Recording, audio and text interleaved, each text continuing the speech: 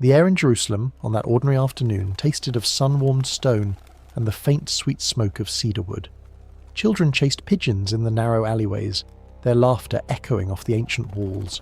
Merchants haggled in the marketplace, their voices a familiar symphony against the distant rhythmic hum of prayers from the Temple Mount.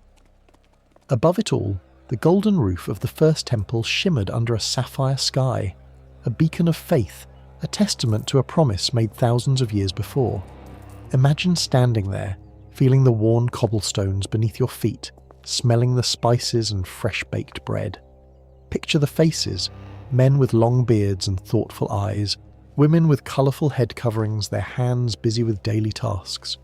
This was not just a city, it was the beating heart of a people, a living testament to a covenant forged in fire and faith.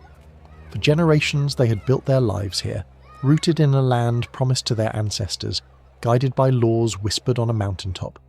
They believed themselves chosen, unique, set apart, and they were. But this very uniqueness, this unwavering devotion to a single unseen God in a world full of idols and empires, would become both their strength and their curse. For thousands of years, the Jewish people have endured a relentless, dark history of persecution, a story of survival against odds that should have crushed them into dust. Why? Why them? What force, what deep-seated animosity has fueled such persistent hatred across continents and centuries? This is not just a question of history, it is a question of humanity. It is a wound that still aches, a shadow that still stretches across our present. Our story begins long before the shadows grew long. It begins with Abraham, a wandering patriarch who heard a divine call, a promise of land and descendants as numerous as the stars. It continued with Moses, leading a people from bondage in Egypt through a wilderness of 40 years towards that promised land. They carried with them not just their families and their meagre belongings, but a revolutionary idea. One God, creator of all, demanding justice and righteousness. This was a radical concept in a polytheistic world, a challenge to the very fabric of existing power structures. Generations later, after struggles and triumphs, King David united the 12 tribes, establishing Jerusalem as his capital. His son Solomon built the magnificent First Temple, making Jerusalem the spiritual centre of their world, a place where heaven and earth seemed to touch. Life here, for many, was a rhythm of prayer, study, and family.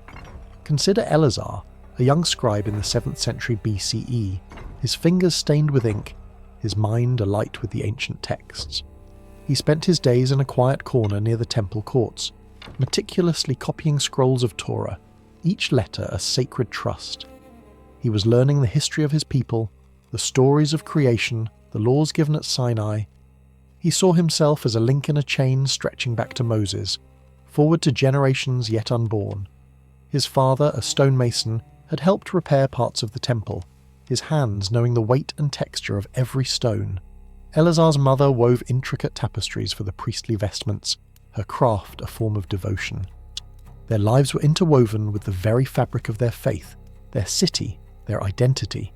They believed in the permanence of their home, the enduring protection of their God. But the world outside those high, sun-baked walls was shifting. To the east, empires were rising and falling with terrifying speed. Assyria, a brutal power, had already swept through the northern kingdom of Israel, scattering its 10 tribes. Now, Babylon, a new and even more formidable force, was flexing its muscles, its shadow creeping westward. The prophets spoke of impending doom, of a people straying from their covenant, of a judgment that would shake the very foundations of their world. Eleazar, copying the words of Isaiah, felt a chill that had nothing to do with the cool stone of the temple. He read of destruction, of exile, of a land laid waste. Could such a thing truly happen to the chosen people, to this sacred city? Before we delve deeper into the unfolding tragedy, where are you watching this from? Drop it in the comments below. And if this story already has you gripped, subscribe now. Every episode promises to unravel more of these profound, often painful truths. Eleazar looked up from his scroll, his eyes scanning the familiar rooftops, the distant hills. The walls of Jerusalem, he thought, seemed impregnable, a fortress of faith. But the world was about to teach him. and his people a terrible lesson about the fragility of even the most sacred places. The storm was gathering, and its fury would redefine what it meant to be Jewish forever. The year was 586 BCE. The air in Jerusalem no longer smelled of cedarwood and spices, but of smoke and fear. The laughter of children was gone, replaced by the wails of the hungry and the cries of the dying. For 30 months, the Babylonian army, under the command of King Nebuchadnezzar, had laid siege to the city. 30 long, agonizing months. The once vibrant marketplace was silent, its stalls empty. The wells, once brimming, were now mere puddles. Starvation gnawed at the people, weakening them, stripping them of hope. Eleazar, the young scribe, was no longer young. He was haggard, his face gaunt, his hands trembling not from copying scrolls but from hunger. He had seen his neighbours waste away, his friends fall in skirmishes against the relentless Babylonian forces. The once impregnable walls of Jerusalem, which he had gazed upon with such confidence, were now crumbling under the constant assault of battering rams and siege engines. The prophet's warnings, once distant echoes, had become a horrifying reality. God's protection, it seemed, was not absolute, or perhaps the people had truly strayed too far. One scorching summer day, the unthinkable happened. The Babylonian forces breached the walls. The city, already a ghost of its former self, was plunged into chaos. Ironclad soldiers poured through the breaches, their shouts mingling with the screams of the innocent. Houses were torched, their flames licking at the sky, painting it an infernal red. The streets ran with blood. Eleazar, clutching a small leather-bound scroll of psalms, hid with his family in the deepest part of their stone house. He could hear the heavy boots, the terrified pleas, the sickening thud of violence. He remembered his father, the stonemason, telling him stories of King David, of miraculous victories. Where was that God now? Where was the promised strength? He felt a crushing despair, a sense of abandonment that chilled him to the bone. Then came the ultimate sacrilege. The soldiers reached the Temple Mount. For generations this had been the holiest site, the dwelling place of God's presence on earth. Its golden roof, once a symbol of divine glory, was now a target. The Babylonians plundered its treasures. The golden menorahs, the silver vessels, the sacred Ark of the Covenant, which had held the very tablets of the law. Each item, crafted with reverence and centuries of devotion, was ripped from its place, treated as mere loot. And then they set it ablaze. Imagine the horror. The magnificent first temple built by King Solomon, the spiritual anchor of an entire people consumed by fire. The cedarwood, once fragrant and sacred, now crackled and burned, sending plumes of black smoke into the sky. The stones, meticulously placed by skilled hands, exploded with the heat. The very air vibrated with the sound of destruction, a sound that would echo through Jewish history for millennia. Eleazar watched from a distance, his heart tearing, his world collapsing. The symbol of their covenant, their direct link to the divine, was gone, shattered, reduced to ashes and rubble. This was not just the destruction of a building, it was the shattering of a worldview. How could God allow this? How could the chosen people lose their home, their temple, their king, Zedekiah, blinded and dragged away in chains, their very independence? The answer for many was devastating. They had sinned, they had strayed. This was divine punishment. But for others, it was an unbearable mystery, a crisis of faith that would reshape their understanding of God and their place in the world. The survivors, those who hadn't been killed by the sword or starved to death, were rounded up. Their homes were burning, their city was a ruin, their temple a smouldering heap. They were forced onto a long, arduous march eastward, thousands of them chained together, weeping as they looked back at the smoke rising from their beloved Jerusalem. This was the Babylonian exile, a forced displacement that would last for 70 years. They were a people without a land, without a temple, without a king. They were strangers in a strange land, their songs silenced, their hope tested to its absolute limit. What do you think was the most devastating loss for the Jewish people during this time? Was it the land, the temple, or their political independence? Share your thoughts in the comments. As Eleazar was dragged away, stumbling through the dust and ashes, he looked back one last time. The once proud walls of Jerusalem were broken, the temple a skeleton of smoke and ash. He carried with him only his small scroll and a memory of fire. But something else, something intangible, also travelled with him. A seed of resilience, a stubborn refusal to disappear. The destruction of their physical home would force them to build a new kind of home, one carried not in stone but in the heart, in memory and in text. But that would be a struggle of many generations. For now there was only the agony of loss and the long, silent march into an uncertain future. The 70 years of Babylonian exile were a crucible. Stripped of their temple and their land, the Jewish people were forced to confront the core of their identity. How do you maintain a unique faith when surrounded by foreign gods and customs? How do you keep hope alive when your sacred city lies in ruins? This period, far from breaking them, forged a new resilience. They gathered in communities, they studied the sacred texts even more intensely, they established synagogues, places of assembly and prayer that could exist anywhere, not just in Jerusalem. The very absence of the temple deepened their spiritual introspection. They learned to carry their holiness within them. Eventually, the Persian Empire under King Cyrus the Great conquered Babylon. In a surprising act of clemency, Cyrus issued a decree in 538 BCE, allowing the Jews to return to their homeland and rebuild their temple. A wave of hope surged through the exiled communities. Many returned, fueled by an unwavering desire to restore what was lost.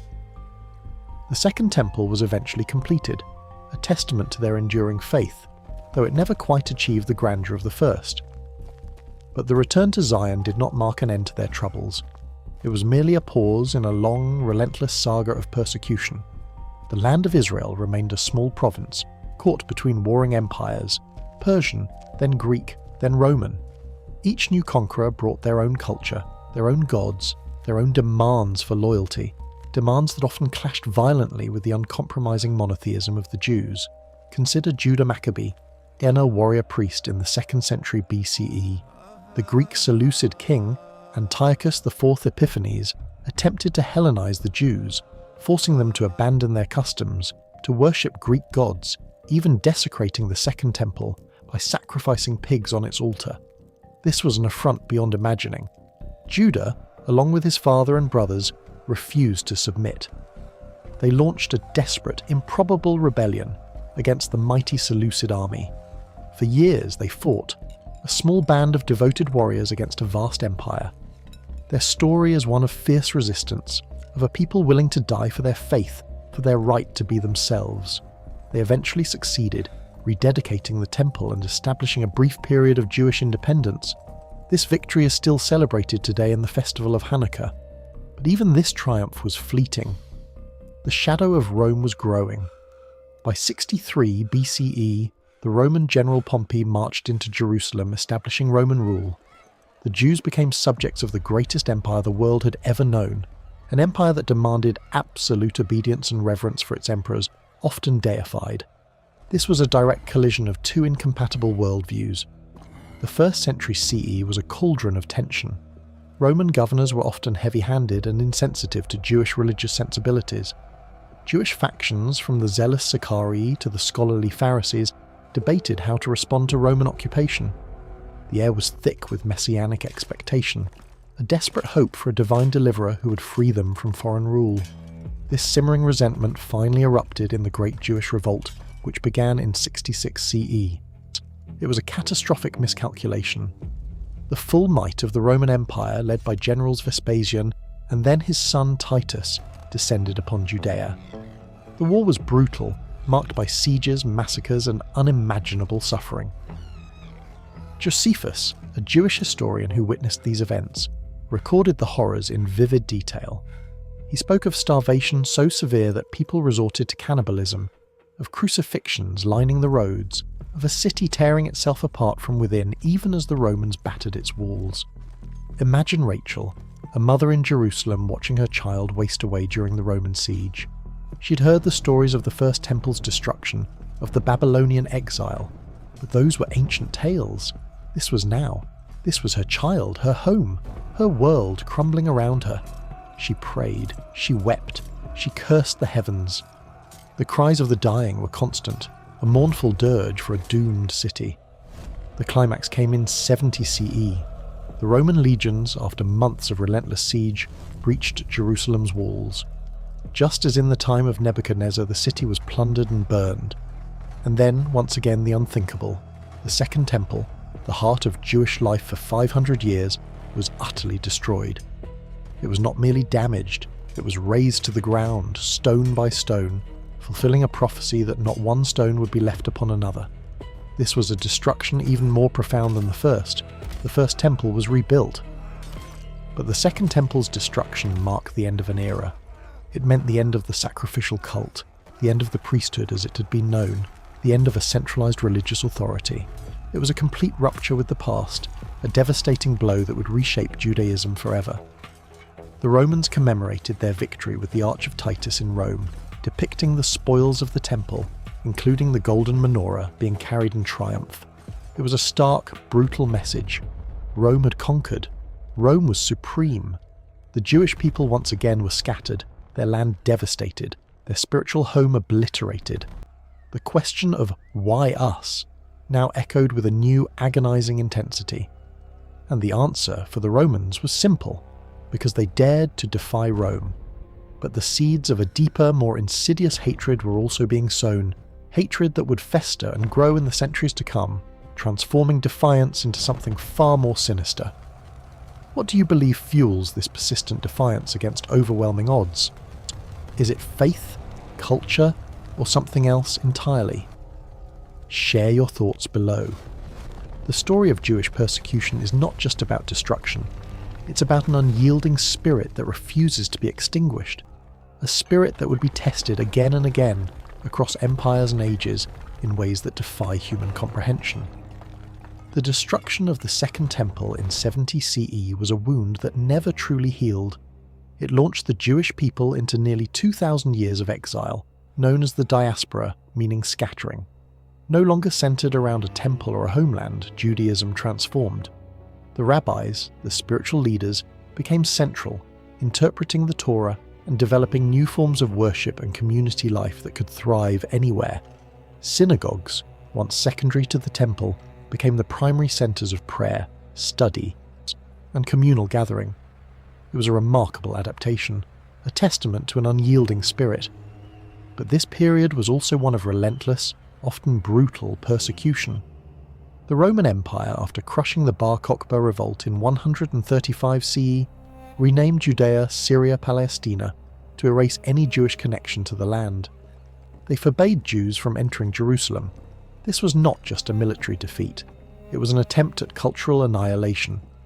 As Christianity rose to prominence in the Roman Empire, the nature of anti-Jewish sentiment shifted.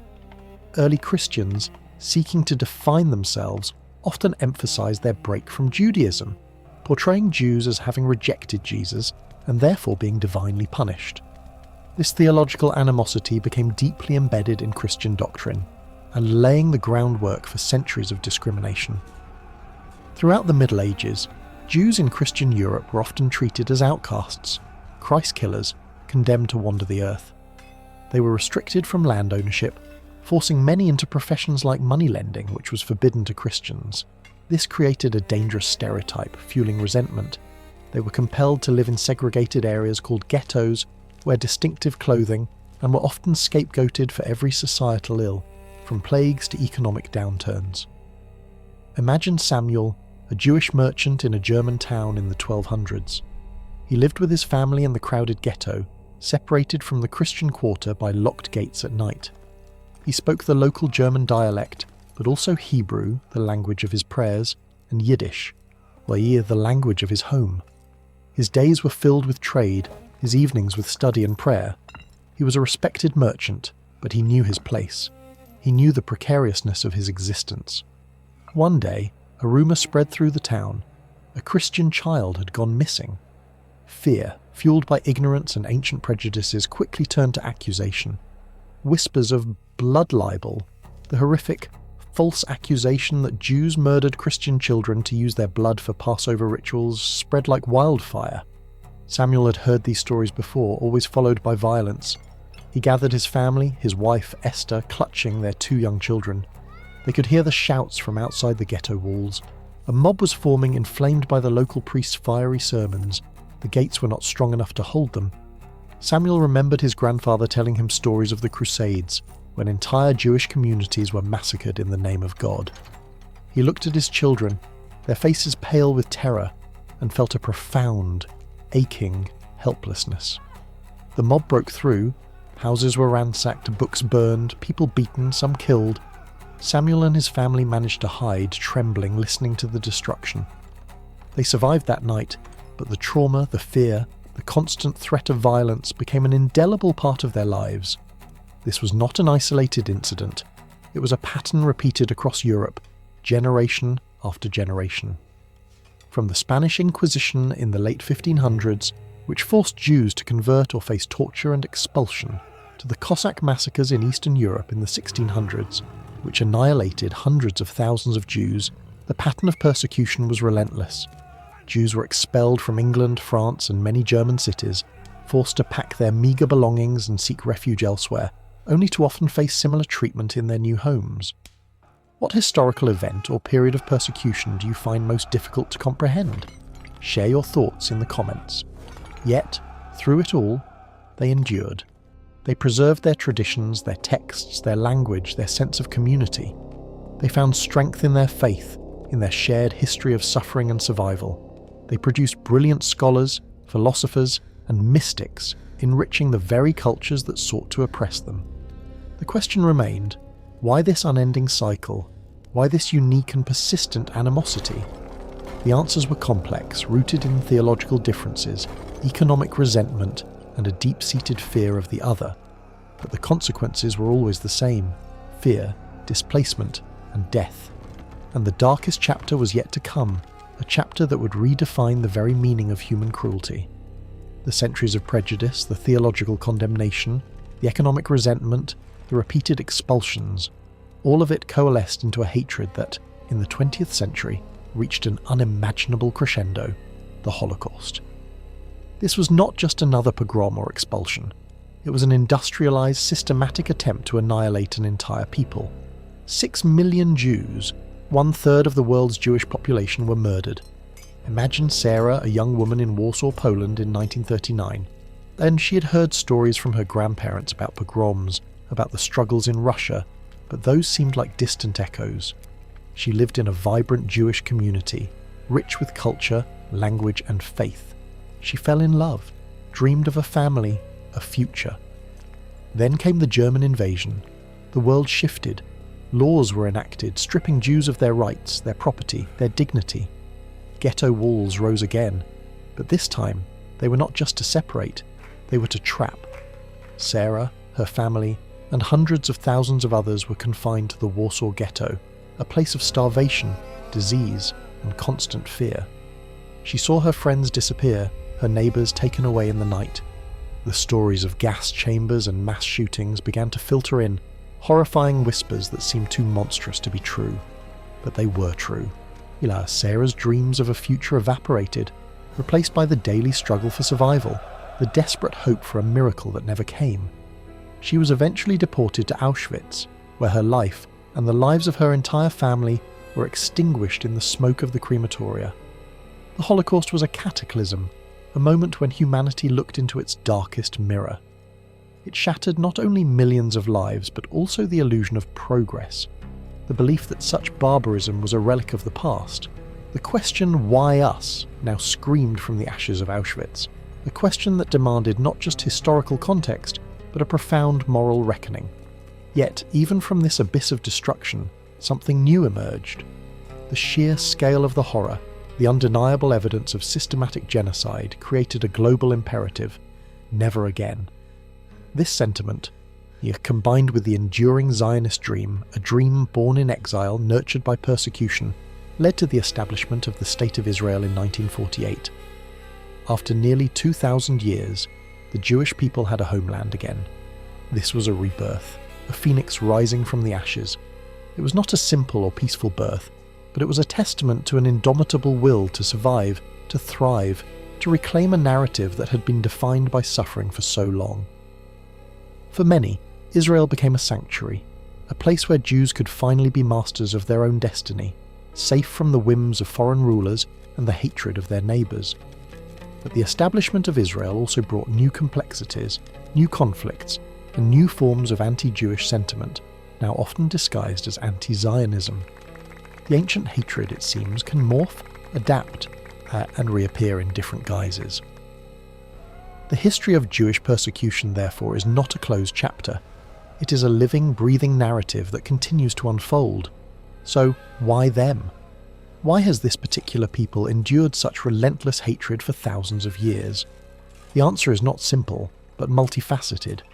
It is rooted in their unique monotheism in a polytheistic world, their refusal to assimilate completely, their resilience in maintaining their distinct identity, the theological accusations levelled against them by Christianity, the economic resentment fueled by their restricted professions, and the convenient scapegoat they became for countless societies in crisis.